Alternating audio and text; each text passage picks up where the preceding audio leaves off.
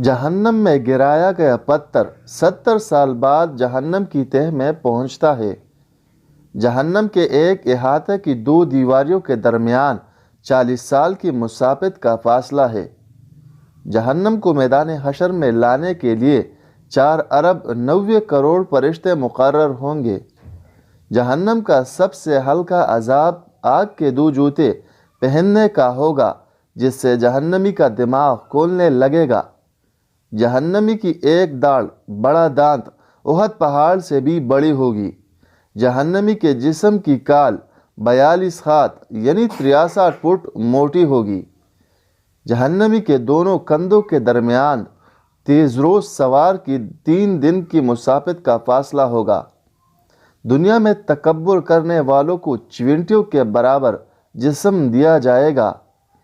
جہنمی اس قدر آنسو بہائیں گے کہ ان میں کشتیاں چلائی جا سکیں گی۔ جہنمیوں کو دیے جانے والے کانے توہر کا ایک ٹکڑا دنیا میں گرا دیا جائے تو ساری دنیا کے جانداروں کے اسباب معیشت برباد کر دے۔ جہنمیوں کو پھلائے جانے والے مشروب کا ایک ڈول چند لیٹر دنیا میں ڈال دیا جائے تو ساری دنیا کی مخلوق کو بدبو میں مبتلا کر دے۔ جہنمیوں کے سر پر اس قدر کھولتا ہوا گرم پانی ڈالا جائے گا کہ وہ سر میں چھید کر کے پیٹ میں پہنچ جائے گا، اور پیٹ میں جو کچھ ہوگا اسے کاٹ ڈالے گا، اور یہ سب کچھ پیٹ سے نکل کر قدموں میں آ گرے گا۔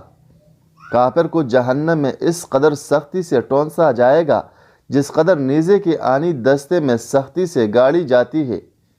جہنم کی آگ شدید سیاہ رنگ کی ہے، جس میں ہاتھ کو ہاتھ سجائی نہ دے گا۔ جہنمیوں کو آگ کے پہاڑ صعود پر چڑھنے میں 70 سال لگیں گے۔ اترے گا تو پھر اسے چڑھنے کا حکم دیا جائے گا۔ جہنمیوں کو مارنے کے لیے لوہے کے گرز اتنے وزنی ہوں گے کہ انسان اور جن مل کر بھی اسے اٹھانا چاہے تو نہیں اٹھا سکتے۔